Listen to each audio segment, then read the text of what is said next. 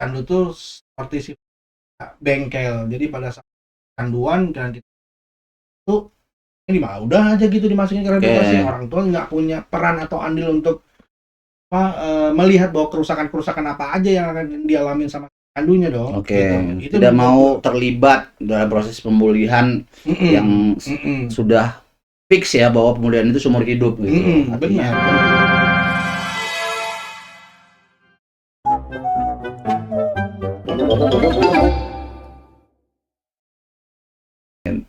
Oke, selamat siang teman-teman. Ini kan puasa keberapa ya sekarang ya? 11. Hah? 11. Emang udah 11? Gila ya, cepet ya? Udah mau 2 minggu dong ya, udah setengah jalan mau ke lebaran ya. Ucapin dulu buat teman-teman dong. Buat teman-teman yang muslim. Ya, gini dong. Selamat menunaikan ibadah puasa. Semoga puasanya berjalan dengan lancar. Tidak Amin. Dengan cuaca yang sangat panas ini, buat teman-teman semoga puasanya barokah, bagus, dan tidak ada bolong-bolongnya. Amin. Ya, lu sendiri gimana? Oh, udah selamat ya. Selamat ya. Gua nggak puasa, alhamdulillah. Enggak, maksudnya full ya sejauh ini ya. Sampai sini, alhamdulillah. Lebaran kemana rencana lu? Nggak ada, kemana-mana gimana ya? Lu kalau pulang kampung kemana? Kemarin sih gua baliknya ke kampung ibu gua. Di Medan ya? Tebing. Oh, Tebing Tinggi ya. Iya. Tapi tahun ini nggak ada rencana ke sana ya? Bayar pesawat mahal nih. Iya. Sendiri Ki. Dengan kondisi suasana yang sedang di work. Apa tuh work? Stop work. Bahasa Inggris biar nggak ketahuan penganggurannya. Stop work. Dan bahasa halusnya WFA. Work from anywhere. Iya. Jadi hari ini kita udah sepakat ya tadi ya, kita mau membahas tentang apa? Family support group atau kelompok dukungan keluarga. Lebih spesifik kita ya sebenarnya. Ya, lebih spesifik karena sesuai ide lu kenapa muncul tiba-tiba ide kemarin mau pakai 5W1H? Ya karena kan buat gua salah satu yang menjadi elemen pendukung paling penting dan yang paling dekat di dalam pemulihan kita, proses pemulihan kita itu adalah keluarga. Jadi buat gua salah nanya dong, 5W1H yang gua tanya. Kan? Oh iya. Jadi berarti gua nanya salah. Gua nanya kenapa lu ada ide munculin family support group dulu. Family support group dulu. Tadi. Jadi gua terlintas memang salah satu elemen yang paling penting buat kita di dalam pemulihan adalah keluarga. Jadi itu garis benang merahnya dalam proses pemulihan, perjalanan pemulihan itu keluarga menjadi salah satu yang faktor paling penting, salah satunya untuk menjaga pemulihan kita. Oke, nanti biar kita kupas tuntas nanti di belakang dengan format atau metode 5W1. Jadi itu tadi masuk itu yang mau gue tanya. Lu kan tiba-tiba nge-WA gue ya? Bukan nge-WA. Iya, WA. Enggak dong, habis pulang dari ini kalau nggak salah. Iya. Habis pulang kita tag. Tiba-tiba lu nanti kita buat segmen khusus yuk. Iya, 5W1H. Itu inspirasinya dari mana? Khusus untuk di hari Jumat. Ya. Nggak ada, maksud gue kita lebih menjelaskan lebih clear aja. Maksudnya biar lebih enak, lebih detail dengan cara kita yang santai begini nih, yang ngobrol-ngobrol kayak gini. Jadi lebih enak aja daripada yang ngobrol yang terlalu serius. Biar kalaupun santai nggak ngalur ngidul lah ya. Memang ada poin-poin yang terstruktur. Iya. Dewasa ya. Jadi kebetulan banget. Gue nggak tahu kenapa. Mungkin ini udah jalannya menuju makanya cepet ambil bros. Enggak, maksud gue tiba-tiba kemarin lu pas lu ide itu atau memunculkan ide kita buat segmen khusus yang 5W1H gitu ya. Terus gue kan lagi ini lah ya, di tengah-tengah ketidaksibukan gue memanfaatkan untuk belajar lah sesuatu yang baru di internet. Nah itu muncul pokoknya tentang hal-hal digital ya. Tiba-tiba muncul si Derry Viera. Tiba-tiba secara random aja reelsnya muncul ngomongin 5W1H juga. Oh iya. Padahal gua belum nyari itu dan belum kepikiran. Itu kan lu ngomongnya masih sepintas doang ya. Jadi belum istilahnya nantilah kita bahas kan gitu ya. Terakhir karena kita udah capek juga habis tag. Terus gua dengerin. Iya juga. Dia konten apa tuh? Dia ngebahas masalah apa? Jadi kayak ada yang nanya sama dia supaya gimana caranya buat konten yang hooknya bagus gitu, yang bisa menarik orang nonton dan betah gitu dalam menonton video kita gitu. Nah dia jelasin pakai itu 5W1H. Karena dalam jurnalistik ya, oh iya. Ya juga, gue sebenarnya udah pernah dengar teorinya lah gitu ya. Cuman untuk mempraktekannya secara apa? Gue masih belum spesifik pernah gitulah ya untuk mempraktekannya langsung. Dan gue coba belajar ya juga ya, di jurnalistik juga digunain, bahkan di beberapa bidang termasuk bahkan menulis juga pakai itu. Gitu. Itu kenapa salah satunya gue minta kemarin teringat itu, terotak itu. Jadi di dalam proses waktu gua bekerja itu selalu mereka tuh menekankan untuk selalu 5W1H. Walaupun memang sebelumnya gua udah pernah dengar dan udah pernah ngelakuin sih, tapi itu reminder gua lagi. Jadi nggak ada salahnya itu menjadi ini kita tuh apa namanya konten kita untuk setiap hari Jumat tuh kan. Ada segmen khusus kita menggunakan metode itu ya. Kita akan coba. Coba. Ini juga buat para mana ya? Ini biar kayak banyak Jadi buat teman-teman juga, buat teman-teman biar informasi juga ya. Karena ini kan kita baru ya, baru beberapa kali tag. Ini masih apa namanya akun baru juga. Kita masih banyak belajar lah intinya ya. Kita berusaha untuk cari sesuatu yang baru supaya teman-teman juga apa tujuan utama kita untuk memberikan informasi juga ya, hiburan juga itu bisa sampai ke teman-teman. Nah, itu makanya gua setuju hari ini lebih baik daripada hari esok ya. Gila. Gila. Biarkan waktu mendewasakan kita. Asik. Biarkan waktu mendewasakan kita. Sambil teh. Oke. Jadi kembali lagi tadi ke ide awal bahwa lu sebenarnya kan keceplosan tuh kemarin tuh ya. Ngomongin family support group. Padahal kita lagi ngomongin recovery support group padahal tapi lu keceplosan lah jadi secara nggak langsung lu membantu juga tercepil ya. Akhirnya muncul ide itu. Jadi kita coba bedah dengan metode 5W1H-nya. Berarti yang pertama apa tuh? What ya? Apa sih? Apa itu family support group? Nah, ini baru lu jelasin. Definisinya. Ya gua sederhana ya, maksud gua bagaimana proses atau peran keluarga itu menjadi salah satu yang paling penting untuk mendukung kita di dalam pemulihan gitu. Karena seringkali seringkali beberapa situasi-situasi yang seperti ini tuh peran keluarga agak miss gitu. Jadi ya tadi kemarin tuh sempat lu udah pernah bilang tuh bahwa memang kalau pecandu tuh seperti sifatnya kayak bengkel. Jadi pada saat kita kecanduan dan kita punya masalah sesuatu, akhirnya udah aja gitu dimasukin ke rehabilitasi. Orang tua nggak punya peran atau andil untuk melihat bahwa kerusakan apa aja yang akan dialamin sama si pecandunya dong. Gitu. Itu tidak mau terlibat dalam proses pemulihan yang sudah fix ya bahwa pemulihan itu seumur hidup gitu. Benar. Tidak bisa hanya 3 bulan beres gitu. Bahkan sampai meninggal. Nah, nanti terlibat. Itu ya ini. Iya, nanti juga bakal gue tekanin sedikit mengenai disfungsional juga sih gitu. Keluarga yang tidak bekerja sebagaimana mestinya. Dan pada saat si pecandunya itu dalam kondisi yang bermasalah itu kan akhirnya kondisi di dalam keluarga internal itu kan jadi kacau kan. Fungsi dan peran seorang ayah, ibu dan keluarga yang di dalamnya itu tidak berfungsi dan tidak bekerja sebagaimana mestinya. Itu bisa satu segmen juga tuh yang ngebahas itu dia family ya. Takutnya ya itu kan mungkin ada kapasitas untuk orang yang bisa ngomongin itu, tapi dalam konteks sebagai pecandu ya mungkin kita bisa ngomong. Iya, ini opini. Kembali lagi nih, kita yang ngomongin adalah opini dan pengetahuan kita ya, bukan kita tidak pernah mengklaim kita paling ahli dan paling tahu. Yang paling ahli banyak. Ya banyak. Jago ngomongin apa? Termasuk Friendster. Jadi kalau kembali ke what tadi apa? Definisinya berarti family support group itu kelompok dukungan keluarga. Dan kalau di definisi itu ada kebetulan dicatat kelompok dukungan keluarga yang terdiri dari keluarga yang memiliki anggota keluarga sedang menjalani proses pemulihan dari ketergantungan. Jadi mungkin kalau dari definisi itu, kalau gue ya coba lo dari perspektif gue, guys. Gak gila diganti mulu. Oh ya prank.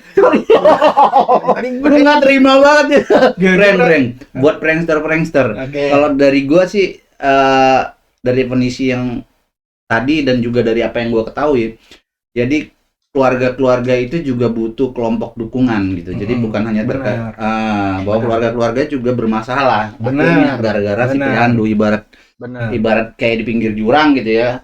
Kalau si pecandunya jatuh, di apa namanya, si keluarga juga bisa ketarik. Benar. Nah gitu, jadi maka keluarga juga butuh dipulihkan gitu. Keluarga juga sakit, keluarga butuh dipulihkan, maka ada kelompok yang, karena gini juga ya, maksud gua kenapa ya definisi tadi itu hubungannya dengan kelompok keluarga, karena kadang-kadang keluarga kita, gue lihat nyokap gue lah ya dulu, nyokap gue itu seringkali mau ngomongin gue gitu, malu kan ibaratnya pecandu ini kadang-kadang jadi aib ya di keluarga gitu. Betul, Dia mau bercerita sama siapa, cerita sama tetangga misalnya, akhirnya yang ada dihakimin gitu ya.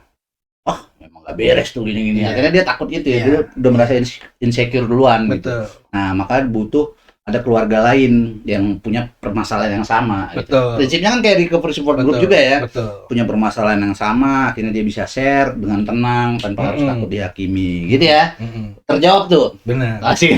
Nah, itu tuh berlaku sama lo. Nah, gitu tidak berlaku dulu sama nyokap gua. Jadi nyokap gue tuh memang keadaannya bingung gitu, dan mesti seperti apa, dan ya karena kondisi nyokap gue dan bokap gue udah cukup berumur, jadi kan dengan situasi itu kan, apa sih yang mesti dilakuin, dan dia juga nggak pernah ngalamin hal-hal kayak gini kan. Nah akhirnya itu kan berdampak sama di dalam keluarga gue. Akhirnya bingung juga segala sesuatunya. Ya akhirnya yang turun tangan itu peran serta fungsinya bukan orang tua gue lagi, akhirnya kakak gue. Cewek. Dalam jadi ngambil dalam masa keputusan apa yang diambil terhadap diri gue nanti untuk mau berhenti, itu udah bukan nyokap bokap gue lagi gitu. Karena mereka belum. Itu udah masuk ke yang kedua tuh. Siapa? Asik. Nggak, kalau memang lompat-lompat ya. Lompat-lompat tepat.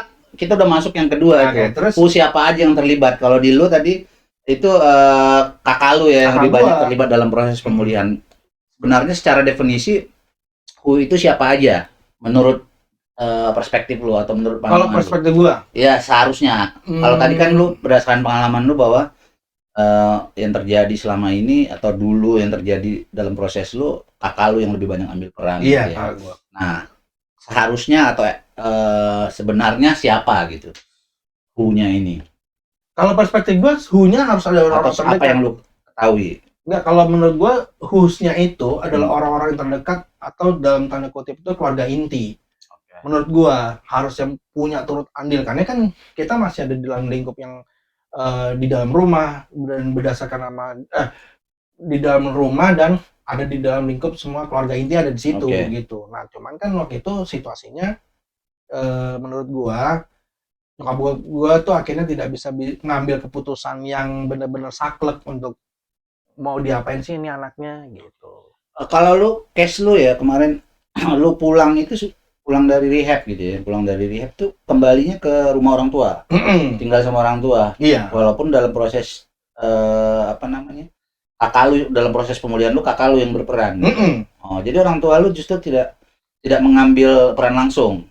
Misalnya ada edukasi atau informasi yang didapatkan dari tempat rehab lu misalnya. Nah itu tuh nanti kita ngomongin terakhir mengenai tantangan dan hambatannya dalam family support group.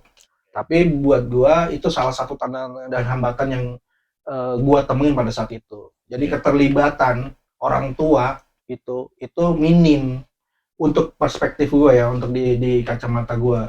Jadi pada saat mungkin salah satu yang menjadi tantangan dan hambatan itu selain keterlibatan orang dan keluarga inti di dalam family support group adalah waktu dan jarak. Ya. Jadi kembali ke who tadi ya, atau siapa? Lu? Jadi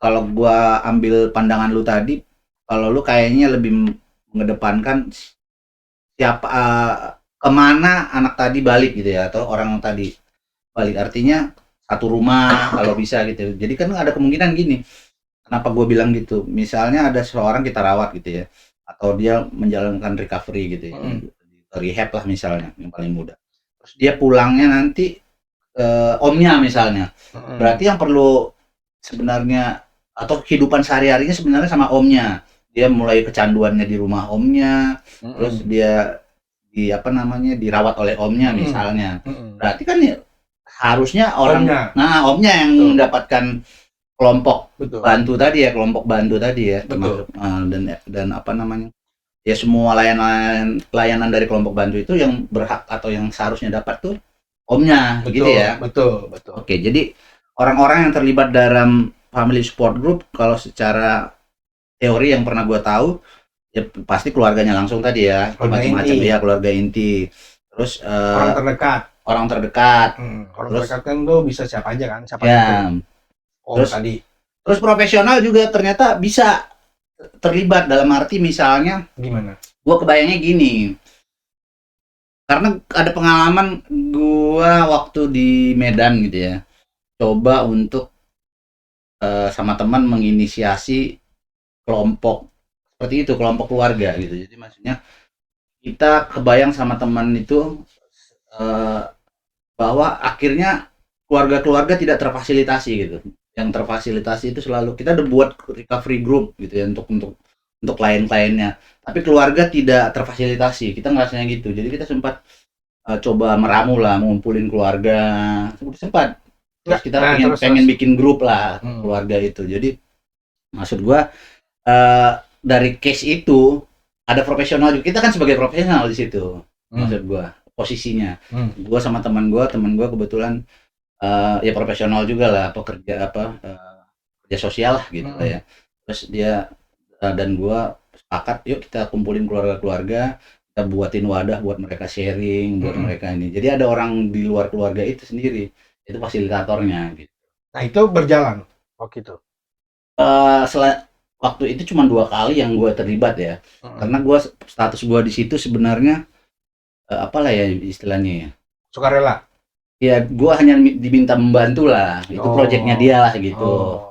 Jadi gue memfasilitasi, jadi ngasih materi. Kemarin itu gue kenalin Naranon tadi itu. Untuk kelompok dukungan untuk keluarga. Ya, salah satu contoh bahwa ini ada kelompok dukungan yang di Amerika ada kayak gini gitu. Ini bisa diadopsi. Jadi gue kayak pemateri aja di situ. Nah, yang mau gue tanya pada saat lu menginisiasi itu, kan lu ngomong tuh sama orang tua itu kan. Ya, tapi lewat grup ya, artinya tidak secara individu ya. Iya, lewat grup kan.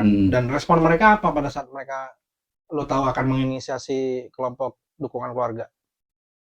Pada saat itu jadi gua kan membawa seminar lah itu jatuhnya ya.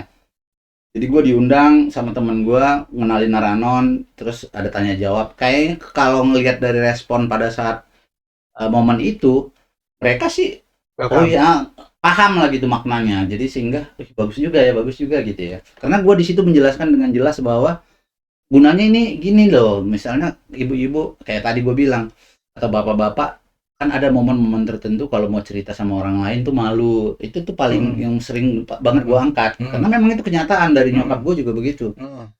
Bapak kalau bukan sama keluarga pecandu juga pasti malu mau cerita. Tapi kalau sama yang pecandu juga, dia mungkin bisa lebih mengerti gitu. Maksudnya dia pernah mengalami hal yang sama. Misalnya gini, gua kehilangan motor nih, digadein gitu misalnya kan, sama bocah gua misalnya, sama anak gua nih misalnya, ibu-ibu cerita. Kalau ceritanya mungkin sama keluarga gitu ya, atau sama tetangga yang tidak pernah mengalami itu, mungkin anaknya parah tuh, maling yang sama keluarga nggak beres, mungkin yang pecandu nih, jangan-jangan diajarin makanya gini. Tapi kalau sama keluarga pecandu juga mungkin pernah mengalami yang sama, walaupun tidak spesifik sama kan. Wah, gua tabung gas gua disikat kan gitu ya. Kan gitu ya. Maksudnya itu yang coba gua jelasin, dan mereka iya juga ya, mulai ngerti gitu. Dan temen gua nggak tahu ya apakah itu tetap berjalan ya proyek itu, karena itu kalau nggak salah, karena itu pasca rehabnya Kementerian Sosial saat itu. Nah, jadi gua kira dia punya dana lah kayaknya ya untuk terus untuk terus menjalankan itu sebenarnya. Tapi apakah itu berjalan atau enggak, gua nggak tahu. Gua keburu mabok. Keburu jatuh. Iya, keburu jatuh gua. Lakuin gua mulai menyimpang. Itu di pertemuan pertama sama pertemuan kedua, orang tua yang sama datang. Tetap sama. Tapi jumlah yang sama. Nggak tahu gua kalau jumlah, cuman ada absensi. Gitu. Apakah orang-orangnya yang sama atau enggak, gua nggak tahu, tapi kayaknya ada juga yang beberapa yang gue ingat gitu, maksudnya ini datang lagi gitu. Gitu. Ya, oke. Ya, artinya tadi ya kembali ke bawah ada profesional di situ. Jadi tidak tertutup kemungkinan. Misalnya gue ngebayangnya gini ya, kenapa itu bisa macam-macam menurut gue. Misalnya keluarga-keluarga udah ngebentuk komunitasnya gitu ya, keluarga-keluarga pecandu lah gitu ya, udah bentuk komunitas. tiba-tiba mereka merasa kayaknya kita perlu edukasi masalah kesehatan mental karena ada beberapa anak gangguan mental gitu ya. Dia undang untuk ngasih seminar ke orang profesional yang lainnya. Dokter kejiwaan misalnya kan bisa aja ya. Bisa. Misalnya bisa. Gua yang penting menurut gua dari definisi dari definisi dulu deh. Gua berharapnya ada pertemuannya itu rutin gitu. Untuk keluarga. Iya. Seperti kita juga gitu. Kita datang rutin, keluarga juga punya. Karena tadi kalau nanti gua agak nyambung tadi omongan lu, karena kalau misalnya keluarga dengan pecandu pada saat mereka sudah melewati masa pasca, nggak cuma masalah pasca sih, pada saat di dalam sebenarnya mereka si keluarga juga udah harus dikenalin gitu. fungsi kecanduan itu kembali lagi ke when kapan gitu ya, bukan itu nyantar lo, maksud gua ininya saling beriringannya dalam mereka dalam menjalani proses pemulihannya, maksud gua. Oke. Pada saat lo ngomong begitu kan itu kan ada tidak sinkronisasinya gitu antara mereka mendapatkan pemulihan pada saat mereka untuk mendapatkan pasca rehabnya itu kan, atau proses family support group-nya kan harus saling beriringan, maksud gua. Jadi menurut lo kapan tepatnya dilakukan family support group itu? Kalau gua, ini masuk ke when nih. Kalau gua, kebetulan lu udah kasih waktu dulu anaknya 1 bulan dulu untuk melewati masa-masa kritis. Gitu, biarkan mereka dulu untuk. Berarti dalam proses rehab nih maksudnya? Iya, untuk di awal kan. Jadi kalau mulai dari proses rehab tuh harus sudah wajib. Ada ya.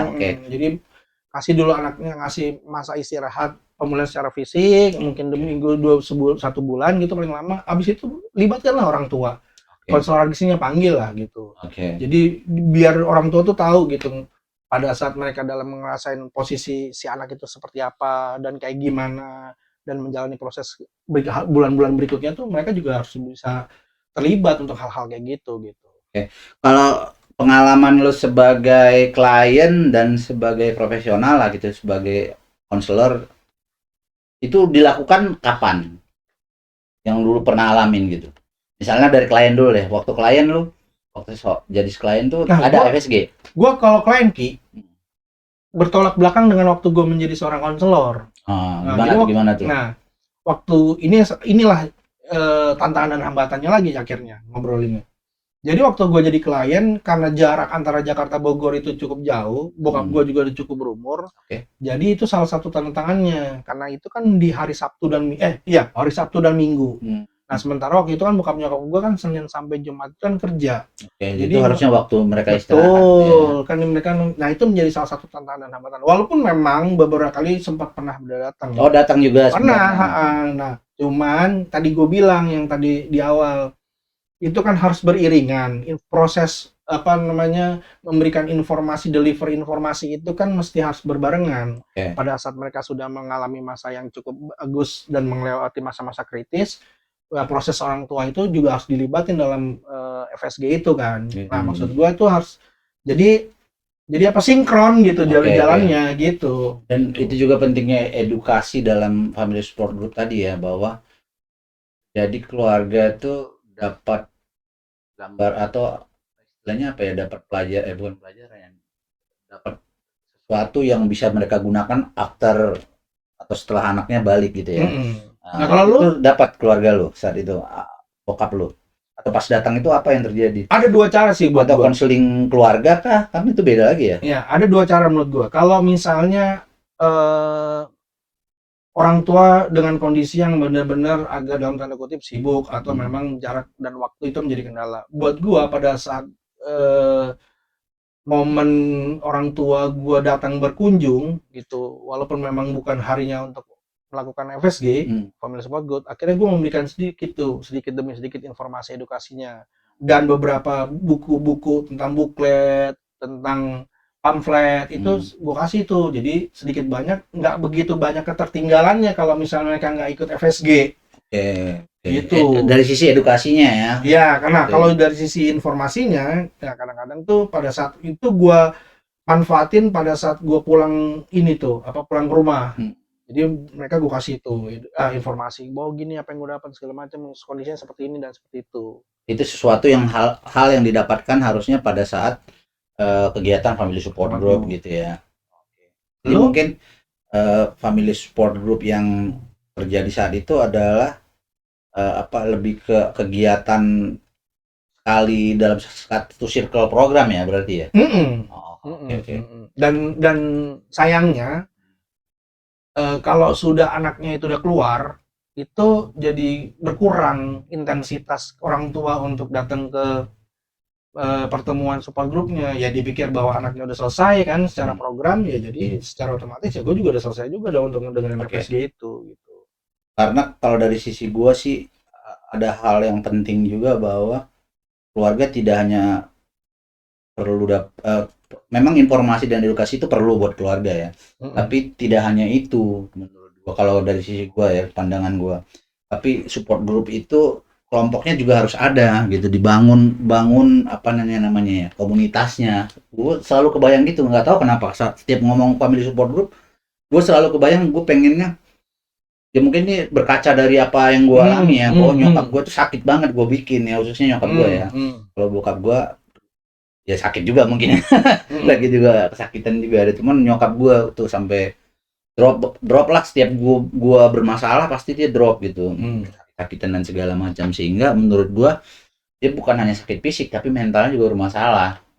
Dimulai dari yang tadi tuh ya, dia tidak punya teman cerita, dia mencari informasi sulit, maka butuh kelompok itu gitu. Itu dari dulu impian gua yang belum terrealisasi. Apa lu pernah ada tahu nggak? Itu udah kembali ke ini ya. Gak apa-apa, coba yang tahu. Apa maksudnya? Apa namanya? Kelompok seperti itu ada nggak yang pernah? Dulu setahu gua yang rutin lah. Nah, ketemu entah sebulan sekali atau apa. Dulu tuh ada dulu waktu gua masih zamannya sebagai residensial, itu pertemuan di luar itu diinisiasi sama para orang tua tuh. Oh, ada dulu. Cuman gua nggak pernah tahu tuh apakah itu masih bisa berlangsung sampai saat ini atau enggak, gua nggak tahu. Tapi dulu waktu di zaman gua residensial, pertemuan yang diinisiasi sama keluarga itu ada pertemuan-pertemuan khusus untuk yang di luar lagi. Kalau mereka tidak bisa diakomodir di dalam, jadi mereka punya pertemuan-pertemuan itu. Ya. Gitu. Nah, kalau sekarang gua ngerti deh tuh apakah memang khusus untuk yang kita nih, maksudnya pecandu yang dalam proses pemulihan itu masih ada atau enggak, gua kurang tahu. Karena sebenarnya sekarang itu dengan lebih mudah harusnya ya, bisa online, harus tatap muka. Harusnya gitu. Harusnya lebih mudah untuk dilakukan ya. Nanti gue jadi terinspirasi, gue harus buat deh kayak ke depan. Ya, lo kayaknya masih bagus tuh kan, untuk menginisiasi. Ini bagus memang topik ini, jadi memancing menginisiasi. Iya, menginisiasi untuk adanya komunitas khusus ya. Iya, khusus untuk orang tua. Gue di sini gue memang belum ketemu temen yang ngobrolin itu secara khusus ya. Kalau dulu di Medan ada beberapa orang yang sepaham sama gua gitu soal itu, yang sama-sama punya keinginan itu gitu. Walaupun akhirnya di tengah jalan gua mabok gini jadi tidak terjadi gitu ya. Maksudnya kalaupun terjadi mungkin gua jadi nggak terlibat dalam prosesnya. Tapi itu memang kayak getol gitu ya, karena gua sayang ya sama nyokap gua. Jadi itu salah satu asik. Jadi salah satu motivasi gue dulu, memang kayaknya nyokap gue harus punya nih teman-teman. Apalagi nyokap gue memang doyan cerita orangnya. Lu tahu sendiri, kan gue yang ngomong. Cuman kalau ngomongin gue kan dia pasti mikir kan gitu kan. Cuman kalau dia ngomongin sama orang yang keluarganya juga ngaco gitu ya, misalnya bukan keluarganya ngaco, anaknya atau anggota keluarganya ngaco gitu ya, dia akan lebih pasti banyak cerita tentang gue yang bisa ceritain kelakuan gue. Atau lu sendiri deh, sebelum kita lanjut lagi, kerusakan yang lu lakukan gitu ya. Kemarin kan udah sedikit cerita ya tentang pengalaman lu. Orang tua lu banyak nggak sih sebenarnya? Lu kan nanya turning point kan. Gua tuh tiba-tiba lu terpikir. Gua tuh waktu pulang balik rumah tuh gue mikir, apa iya gue nggak punya turning point di dalam gua. Ternyata tuh jadi ada satu momen yang membuat gue kenapa bisa berhenti sampai saat ini tuh ya. Ya itu salah satu yang benar-benar gue ingat banget. Itu rumah gue tuh benar-benar kebakaran kan. Lu udah pernah cerita sama gue tuh ya? Iya benar kan. Udah ceritain cuma prankster. Jadi rumah gue tuh kan kebakaran. Ini penting nih, turning point buat Bang Undi nih. Nah tapi itu yang disebabkan bukan karena gua, karena kan memang di dalam satu rumah itu kan dua pecandu kan, gua sama abang gua. Nah memang akhirnya dengan kondisi itu posisinya mati lampu satu Jakarta waktu itu. abang gue melihara kucing nyalain lilin pas di samping tirai. Kucing nyalain lilin? Bukan, maksudnya udah nyalain lilin terus senggol kucing. Oh, gue kira sakti kucing nyalain lilin. Kena tirai, orden. Nah, pokoknya tidak kecelakaan lah, tidak ada unsur kesengajaan. Bakar jadi. Gue nggak tahu, bokap gue tuh nggak salah masih belum balik dari kantor. Cuma nyokap gue tuh lagi tidur di bawah. Nah, udah kondisi udah teriak-teriak segala macam, bla bla bla bla. Tuh gue yang gue pikirin itu bukan masalah nyokap gue selamat atau enggak. Yang penting gue cari itu ada bagaimana putau gue tuh masih ada atau enggak. Oh iya, lu punya stok nih ceritanya. Iya, karena punya stok. Nah, di situ tuh pas gue habis make, kan gue udah keluar duluan, gue nggak merhatiin nyokap gue kan. Nah, gue tuh lagi ngeliat nyokap gue keluar dari rumah yang kebakaran lagi proses gitu, evakuasi. Itu nyokap gue keluar sampai nggak pakai sendal dengan kondisi kaca-kaca yang udah pecah kemana-mana gitu. Aduh, itu tuh masih terotak tuh sama gue tuh, masih ingat banget tentang hal. Kalau lu dalam kondisi giting tuh habis giting, gitu gue cuma ngeliatin nyokap gue aja, dia keluar, yang penting dia selamat gitu ada. Tapi lu akhirnya di sekarang teringat itu tuh jadi itu, anjing separah itu gitu ya. Sedih banget gue asli. Sumpah. Ya itu tuh menjadi satu terima. Jadi gak mungkin kalau dalam hati gue nih, ya bayi gue dirinya dia itu abis terlalu lama pulih loh, berarti mabuk lagi deh. Jadi iya benar. Jadi ini mungkin buat prankster lagi. Jadi biar tahu kenapa ini cerita muncul, karena videonya bukan belum nongol. Oh iya. Ini duluan nongol. Iya. Jadi guys, kok guys sih prankster. Guys mulu. Prankster. Jadi kita manggil lah prankster. Oke, ini. Jadi untuk apa namanya upload video kita itu kan ya namanya juga masih baru ya. Jadi kita beberapa kali tag macam-macam video lah kita buat. Terus kita pilih yang terbaik. Pilih yang terbaik. Jadi ada satu video yang belum kita luncurkan, asyik luncurkan. Mengenai sharing pribadi. Sharing pribadi Bangun di situ ada pertanyaan tentang turning point-nya. Betul. Saat itu lo mungkin udah kelamaan nggak ditanya soal itu ya, jadi sempet skip. Ternyata baru inget tuh bagus banget tuh ya. Ternyata kalau gue banyak banget tuh. Karena lu baru-baru ini ya? Iya, karena udah terjadi lagi. Iya. Jadi kok ngebahas relapse ya, nggak apa-apa sedikit ya. Relapse itu makanya hati-hati, jangan relapse, khususnya teman-teman yang udah pulih, jangan jatuh lagi sakit. Relapse itu lebih sakit daripada pemakaian awal. Gue cuma bisa denger aja kan, gue nggak pernah ngerasain. Iya, lu nggak pernah ngerasain, jangan deh. Jangan, pahit bener, karena udah jatuh ego ada gitu. Gua tahu, wah ini kan udah tahu ceritanya, jadi semakin itu tuh banyak pembenaran. Konsekuensinya orang jadi tahu program. Jadi pada saat lu jatuh atau teman-teman yang udah jatuh, jadi masih banyak pembenaran bahwa ya kan? Iya, terus kan nggak apa ya, cerita sedikit ya tentang relapse ya, nggak apa lah, kita campur-campur sedikit biar seru. Jadi apa namanya, ada orang katanya relapse itu sekali pakai langsung barbar lah gitu istilahnya ya. Sekali banyak langsung gitu, langsung jatuh parah gitu. Kalau gua enggak saat itu, pelan. Iya, awalnya yang alami dulu. Gua jatuh pertama tuh yang alami dulu, ganja lah gitu ya, ganja. Terus gua masih sekali doang kok, gua bisa berhenti, dulu. Enggak, iya memang itu kebetulan ada teman. Iya benar, maksudnya satu momen doang lah, nggak ada yang tahu juga kan gitu. Satu momen doang, mengenang masa lalu, udah nggak apa-apa. Biasa-biasa lagi, aktivitas lagi, terus mulai terpola, bener-bener terjadi. Gue udah mulai nyari, yang tadinya kan dari teman. Udah mulai nyari, bokulah seminggu sekali, ini masih alami doang ya. Tahu-tahu ada momen lagi, nanti deh gue cerita lebih lengkap, ada sesi khusus. Menurut gue itu enggak, tapi itu berepisode kan. Maksud gue ya akhirnya joprak. Iya, maksud gue dengerin deh teman-teman itu akhirnya. Gitu ke situ, dengerin deh teman-teman. Ini nih situasi ini emang episode dan benar-benar ada kenyataannya gitu, maksudnya pelan, akhirnya naik, progresif gitu, naik. Jarang bener-bener orang-orang yang benar-benar bisa kayak lo gitu kan, dari smooth, udah gitu nggak kayak. Awalnya yang alami dulu, terus gue inget banget yang kedua itu ekstasi ya, jadi dugem. Dugem juga, iya. Setelah itu iya, lu dugem juga berapa bulan tuh. Iya, ada temen gua ngajakin party. Udah sekali doang, nggak apa-apa gitu ya kan, biasa lagi. Gitu. Gua terpola lagi. Ya? Jadi sebulan ada sekali gua dugem. Cuman nggak ada yang tahu gitu. Bahkan pacar gue sendiri saat itu, gue kan punya pacar yang nggak tahu. Sampai gue gap sendiri. Gitulah gitu ya. Selingan sedikit lah ya. Kembali ke Family Sport Group. Jadi kembali ke WHO. Menurut gue yang penting juga lo. pasangan. Ya, betul. Penting. Kalau lu gini, gue nggak peduli mau sama pasangan. Gua pasangan. Jadi gua ini jadi apa? Pasangan lo ya? Iya, kan gua sekarang asik.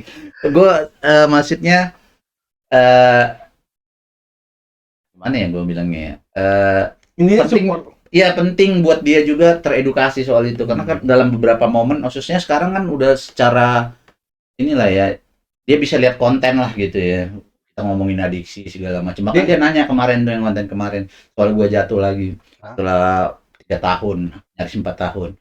Mungkin dia khawatir jangan-jangan 4 tahun lagi jatuh nih. Kayak gitu kayak dia tiba-tiba nanya gitu. Nanya apa dia? Pas gua kan sekarang lagi nge-gym pagi sama dia ya, suka nge-gym pagi di belakang. Tiba-tiba nggak tahu, nggak ada angin, nggak ada hujan. Kamu kok bisa dulu apa namanya? Relap lagi lah gitu ya. Jatuh, lupa bahasanya dia relap lagi tuh pakai bahasa apa gitu. Jatuh lagi atau apa gitu ya. Gara-gara apa katanya? Ini tiba-tiba pertanyaannya. Loh, kok ini tiba-tiba maksudnya udah iya kan kemarin waktu di podcast katanya udah 3 tahun tiba-tiba jatuh lagi. Kok dia nanya ini tiba-tiba? Ya gue jawab, emang nonton nggak sampai selesai? Gue bilang gitu, nonton lah katanya. Ya itu kan jelasin apa coba? Ego, iya, gue coba jelasin dengan detail ya kenapa ego itu bisa buat gue jatuh atau pecandu tuh kalau egonya. Pokoknya secara umum juga gue jelasin akhirnya kan gitu ya. Cuman itu kan subjektif ya dari pandangan gue, perlu juga dia dari pandangan orang. Maksud gue gitu, keluarga lain kan sebenarnya penting ya. Ya nggak sih? Ketawa sih. Lu tiba-tiba ditodong atau nggak? Kamu kok kan jadi gue kan kebayang ya, gue sambil mikir tuh, gue sambil nge-gym kan sambil mikir. Ini orang mulai khawatir gitu. Enggak lah enggak ya. Cuman ada puzzle-puzzle yang menurut gue udah gue penuhin untuk ya gue nggak mau. Tapi intinya ya. Support kan? Support. Gue dari awal ngomong sama dia. Kondisi lo. Ini bahkan ini kita juga tahu nih, editor kita proses gue sama dia nih. Gue sebenarnya nih gak apa-apa ya gue ceritain aja deh. Jadi gue pertama pulih itu menargetkan menikah di tahun depan gitulah ceritanya. Gue harus menikah tapi calonnya nggak ada dan gue tidak mau mencari rencana gue. Jadi AI aja lo. Jadi gue kayak gue agak gila pemikiran gue ya saat itu ya, agak ekstrim. Artinya gue kayak hopeless. Bukan menguji Tuhan gitu dalam tanda petik lah ya. Gila nggak lu? Maksudnya gimana tuh? Pokoknya gue perbaiki diri gue Tuhan gitu ya. Gue perbaikin diri gue mau tobat gitu lah ya. Gue mendekat ke lu. Gue pokoknya tahun depan mau nikah. Lu sediain gitu kasarnya gitu ya. Pokoknya tahun depan siap perempuan yang dekat sama gue akan nikahin dia. Itu dari lu gitu. Gitu. Ngeri. Lu taunya dalam prosesnya gue tiba-tiba ketemu yang tidak sesuai target lah sebenarnya itu kan gue pengen di tahun berikutnya kan. Tiba-tiba sebelum itu udah ketemu duluan, bahkan prosesnya agak lama ya bro. Gitu. Maksudnya mereka sampai jodoh-jodohin gitu maksudnya. Oh kenal si Indra dulu? Iya lah, dia kan teman gerejanya, teman ininya dia, komunitasnya dia kan. Oh ya oke. Gue masuk komunitas mereka. Si mereka ini berusaha menjodoh-jodohkan gue, cuman gue sebenarnya jangan dulu deh pengennya gitu. Jangan dulu deh apalagi kondisi gue begini gitu kan. Gue masih fokus recovery gue gitu loh saat itu. Taunya dalam prosesnya gue jelasin tapi sama dia gitu maksudnya. Gue kondisi gue gini gitu. Kenapa? Bukan gue tidak mau tapi kondisi gue gini. Resikonya akan seperti ini nantinya gitu. Ternyata dia siap. Yakin. Ya udah sikat lah. Gue pikir kan. Oke, kita jalani aja gitu. Maksud gue mungkin ini itu lo kasih juga edukasi informasi juga gitu sambil berjalan tuh. Iya. Oh bagus tuh. Jadi gue jadi ngomongin percintaan gua. Iya, Gak apa lah ya. Biar. Ini menginspirasi. Jangan dong. Mati kita sebelumnya jangan. Jangan dong. Enggak canda. Terus. Bisa berantem gua nih. Pulang podcast. Terus. Jadi maksud gua dalam prosesnya unik ya. Kita tuh temenan, temen gym lah istilahnya. Selain teman gereja gitu, teman gym. Jadi kita sering olahraga malam dan hanya gue berusaha membatasi banget gitu, jangan sampai ada percintaan gitu. Awalnya gue saat itu kembali lagi kenapa gue nge-gym sama dia mungkin juga harus gue ceritain ya. Gue saat itu udah sibuk kerja di lapas lah ya. Jadi gue awalnya kan olahraga pagi itu di belakang. Jadi saat udah mulai itu kerja di situ rutin lah datang ya, office hour lah ya. Jadi pagi itu udah kayak nggak punya energi untuk olahraga. Jadi gue sempat berhenti beberapa saat gitu. Sementara gue tadinya rutin kan. Padahal itu cuma seminggu, tapi itu udah kerasa banget kan. Kayaknya gue nggak punya energi untuk memaksakan juga sulit. Taunya ngelihat dia ngepost di Instagram di salah satu sosial media lagi gym. Dianya? Terus gue tanya gym di mana? Ikut dong, gue kan pengen udah nge-gym lagi butuh teman kan gitu ya. Ini ikut sama dia itu awalnya. Akhirnya jadi rutin bareng, dia juga kan baru jadi gua ajarin juga gitu. Di situlah kedekatan gitu. Sama proses itu baru lu kenalin tuh. Iya. Memberikan informasi. Iya, awalnya dia kan nggak tahu gua siapa dan apa latar belakang gua kan. Jadi karena saat itu gua tidak dalam rencana bukan istilahnya bukan gini, gua deketin lah, bukan gitu kan. Jadi gua ngalir lu tapi jadi gua ya belak-belakan aja, gua memang gini orangnya gitu. Gua pecandu gua ini. Nggak jaim-jaim gitu. Akhirnya dia terima. Tapi ternyata dia terima gitu. Nggak tahu mungkin karena senyuman gua asik. Itu dia, karena narsis. Aduh, kamera ada berapa sih yang ke gua? Iya. Oke, kembali ke jadi melenceng. Nggak apa-apa, itu bagus itu, seru ya. Nah itu nggak berlaku kalau di gua. Nggak berlaku ya. Kebalikannya, kalau bini gua ya udah gitu. Nggak perlu lagi gue kasih tau informasi edukasi. Kenapa gitu? Karena menurut gue gini, karena kan dulu dia pernah relawan juga di rehab kan. Relawan kan tidak mencari hanya sebagai relawan dan mencari dalam tanda kutip honor kan, insentif, bukan untuk mencari informasi untuk hal-hal kayak gitu. Nah maksud gue kenapa bini gue tuh nggak mencari? Karena dia mungkin ngeliat gue udah settle kali secara dalam tanda kutip. Jadi dia ngeliat gue udah baik-baik aja, jadi mungkin resiko gue untuk kembali menggunakan tuh sangat kecil. Ya mungkin menurut pandangan dia. Iya, karena kan gue juga nggak perlu lagi gue ngasih tahu hal-hal kayak gitu. Cuman kalau memang ada beberapa pertanyaan tuh, kalau misalnya ke orang lain, ini kan di sekitaran keluarganya tuh kan ada punya permasalahan dengan adiksi juga tuh, nafsa. Dan seringkali tuh dia nanya sama gue, ini kalau orang kayak gini tuh cirinya kayak gimana, orang kayak gini tuh kayak seperti apa dan kayak gimana. Nah, itu gue kasih tahu.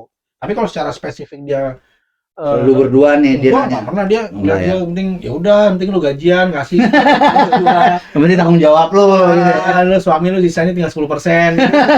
Karena dia jadi cheating kan gitu. Gimana caranya mau ini ya? Enggak.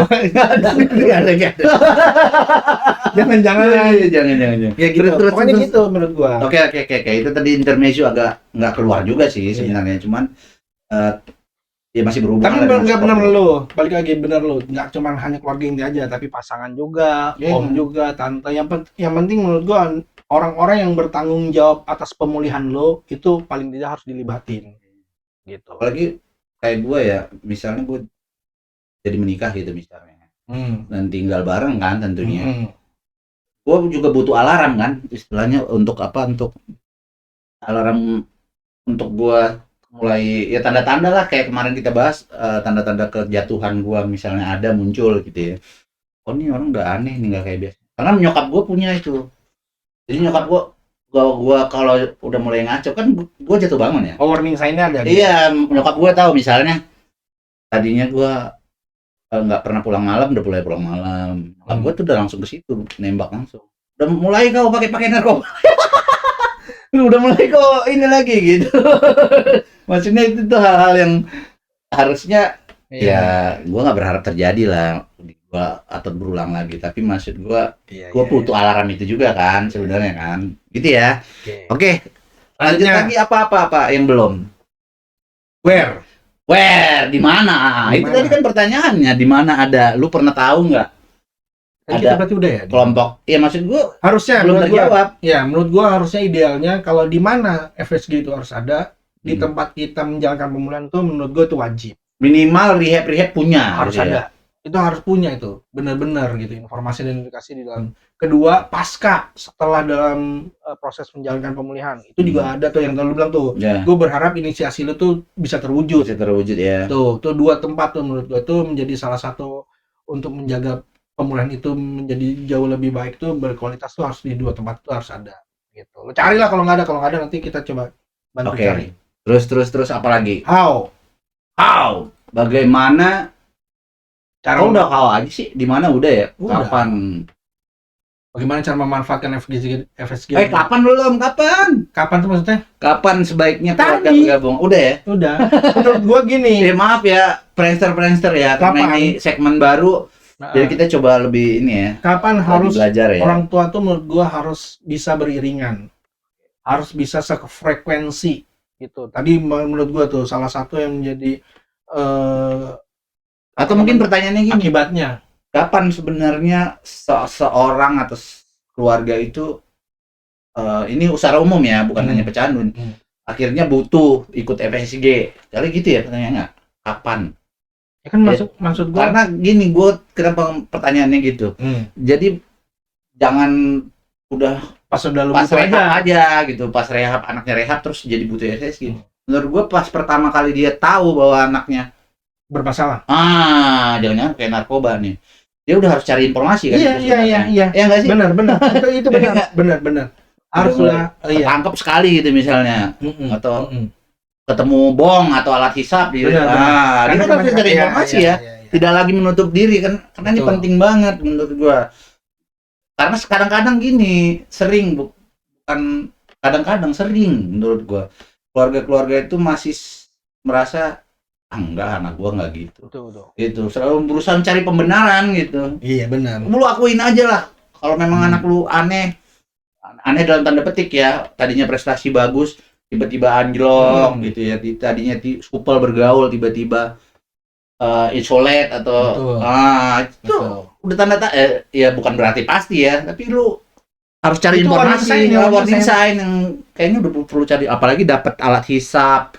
Karena nyokap gue pertama kali tahu gue dapatnya alat hisap papir kan banyak dipakai mana-mana ya. Maksud gue itu tadi dia kan udah curiga ini buat apa anak ini papir kan gitu, padahal masih sekolah kan.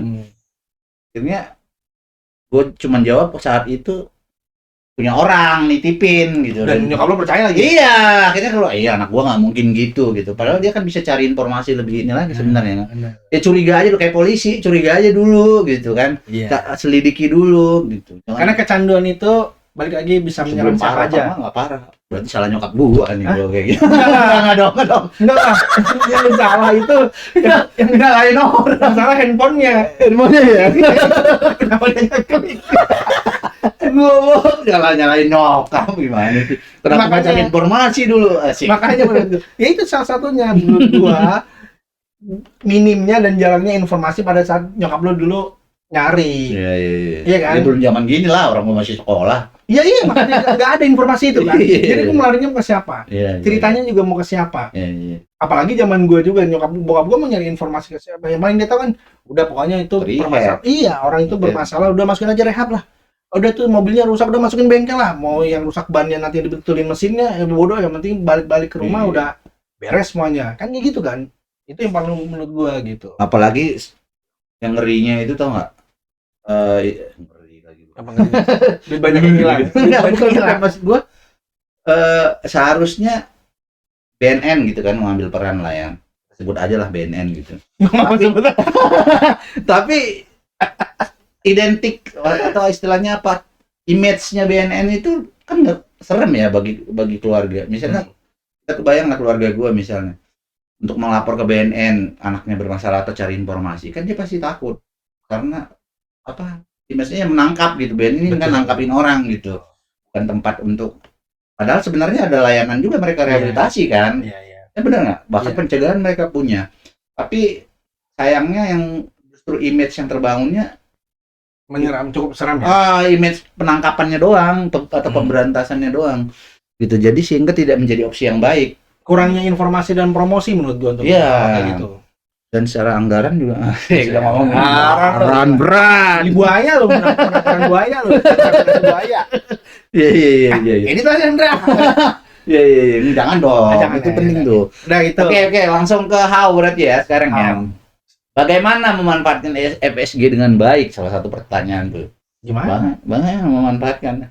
Ya menurut gua kalau misalnya lu harus datang ke tempatnya itu benar-benar ada informasi. Gitu Anda berandai-andai lah ada satu support group keluarga gitu. Di mana gitu.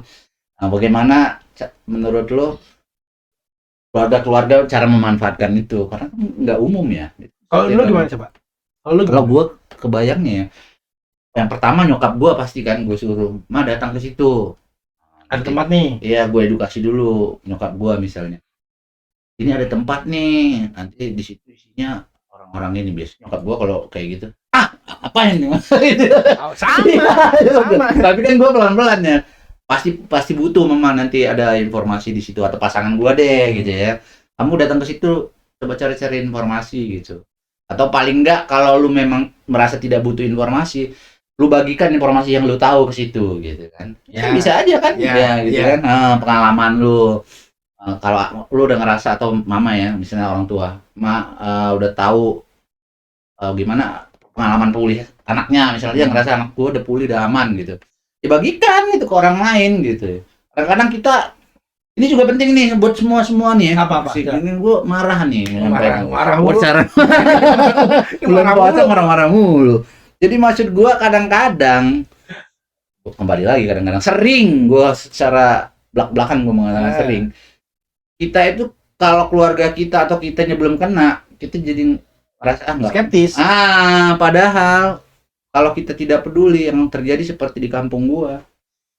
Di Medan tuh di beberapa tempat udah sampai ada barak, ada maksudnya tempat make udah dikoordin. Udahlah, udah bukan barang baru lah. Secara belak-belakan aja lah kita ngomong udah terjadi gitu. Bahwa itu awalnya ketidakpedulian menurut gua. Enggak, maksudnya barak tuh jadi tempat make gitu udah disediain gitu. Iya, maksud gua ya tanda petik lah disediain gitu ya. Iya.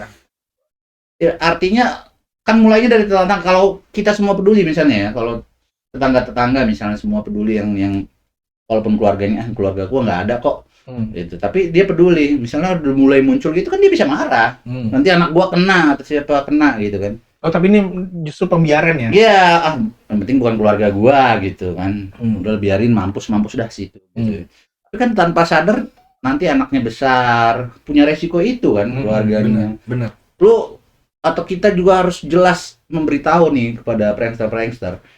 Ngeri bahwa selus kaya apapun kalau udah anak lu kecanduan, apalagi kecanduan sabu dengan slot sekarang tuh paket. Aduh, gua udah pernah ngerawat klien ya. Aduh, di tempat gua punya kebun sawit banyak, orang tua sampai habis.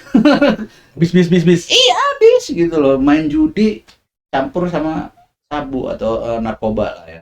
Wah, memang kombinasi yang ngancurin banget gitu. Jadi jangan sampai skeptis gitu. Jadi gue teringat tuh Ki, kalau misalnya kayak gitu Ki, kasihan orang tua emang sorry nih dalam tanda kutip tuh pendidikannya minim, ya kan?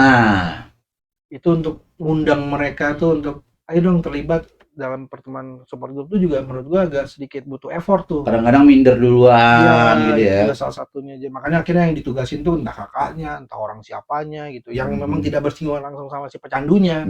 Nah, menurut gua tuh jangan sampai terjadi itu terlalu sering. Sebisa mungkin tuh orang yang paling dekat, orang keluarga itu harus bisa terlibat dalam kecanduan. Karena pasti anak itu baliknya ke rumah. Pasti ke rumah gitu. Pada saat lu nanti ke rumah anak itu mulai bermasalah kan keluarga-keluarga itu juga akhirnya nanganin kan, bukan orang-orang luar itu maksud gua. Jadi sebisa mungkin di Family Support Group tuh manfaatin itu momen itu menjadi lebih baik gitu. Serap informasi dan edukasinya kepada orang-orang yang benar-benar bisa memberikan ilmunya. Itu salah satunya sih buat gua. Dan tambahannya lagi kebutuhannya bukan hanya informasi dan edukasi, tapi kesehatan mentalnya juga kan. Betul. Kembali lagi jangan sampai salah sasaran. Yang sakit bapaknya gitu ya atau bokapnya, tapi yang ikut FSG-nya empoknya yang nggak peduli sebenarnya kan gitu ya. hanya karena lu kan lebih pinter, lu aja ke sono. Padahal dia yang butuh nih, dia sakit gitu kan. Ada hal itu juga yang perlu jadi pertimbangan. Makanya jangan jadi sampai keluarga yang disfungsi gitu. Tadi gue bilang, keluarga yang disfungsi itu keluarga yang tidak bekerja dan berfungsi sebagaimana mestinya. Karena seringkali itu anekdotnya ya kalau misalnya, kenapa kayak gitu? Kok bisa kayak gitu sih gitu? Ya lu bayangin aja kalau pada saat lu pulang ke rumah, apa nggak semua orang-orang yang ada di rumah lu was-was? 50.000 hilang, 100.000 hilang, yang disangkain siapa? Lu. Terus bokap nyokap akhirnya jadi berantem gara-gara siapa? Gara-gara lu juga. Terus ini lagi gara-gara lu nih. Terus kakak yang kehilangan kehilangan kasih sayang dari orang tua yang harusnya mereka dapetin juga, itu selalu teralih ke sama kita itu akhirnya jadi disfungsi tuh. Makanya membalikan situasi itu menjadi lebih baik itu lu harus ikut FSG. Iya, benar. Jadi tadi akhirnya menjadi sebuah kebutuhan yang amat sangat urgent sekarang bahkan gitu ya. Oke, nanti gua akan cobalah caranya gimana di sela-sela kesibukan kita sebagai podcast Nasi Kota, akan gue sempatkan untuk menginisiasi kan ada WA-nya tuh. Lihat online dulu atau apa ada konsultasi tuh, konseling adiksi, konsultasi. Ya, oke. Buat keluarga ya, nanti misalnya udah pusing, ini khususnya gue ngebayangin ya, keluarga-keluarga yang pusing anaknya mabok mulu gitu atau make mulu, dibilangin bandel, mau cari informasi sulit. Boleh kontak kita, nanti kita coba inisiasi ya, mana tahu ada lebih dari 3 atau 4 orang udah bisa kelompok tuh. Sebenarnya lebih dari 1 juga udah bisa kelompok kan. 2 orang aja juga udah bisa untuk memulainya gitu. Karena recovery support group juga dimulai dari 2 orang. Betul. Ya, bapak-bapak, ibu-ibu, asik, nenek-nenek, opung-opung, semua lah. Yang penting ada mengalami masalah keluarganya dengan kecanduan, silakan. Asik, kontak kita. Oke. Jadi itu aja mungkin ya. Tapi kita coba evaluasi dulu sedikit lah di penghujung. Maksudnya segmen ini kan baru ya. Kita kata hari ini harus ada sih. Bukan kata hari ini sih. Segmen maksudnya kan kita nih coba segmen baru ya tadi ya. Hasil ide lu 5W1H tadi. Sebenarnya ya. Rencananya rutin kita adakan. Gimana kira-kira tadi sejauh ini? Kan nggak apa-apa kita bahas-bahas juga. Bagus lah, nggak ada. Menurut gua oke ya. Oke, mudah-mudahan pendengar suka ya. Atas bawah, maksudnya kanan kiri, tapi paling enggak itu masih bisa terstruktur kok. Oke, sangat membantu ya. Oke, keren. Oke, itu aja mungkin. Kata hari ini, mana nggak ada orang? Kata hari ini. Oke. Kayaknya udah cukup. Terkait Arpan juga banyak ternyata yang mendukung Arpan. Oke. Iya. Mudah-mudahan tetap bisa pulih. Kita doakan. Mana nih orangnya? Buat teman-teman yang juga masih berjuang untuk pemulihannya, semangat berjuang. Itu salah satu contoh ya. Jadi kita ini ada contoh yang baru-baru, awal, gue menengah lah ya. Lu yang udah lama gitu. Kita kasih contoh sama kalian bahwa pulih itu indah, gitu ya, benar ya. Itu satu tagline. Pulih itu indah. Asik. Mungkin itu aja untuk podcast kita hari ini. Check it out. Oke.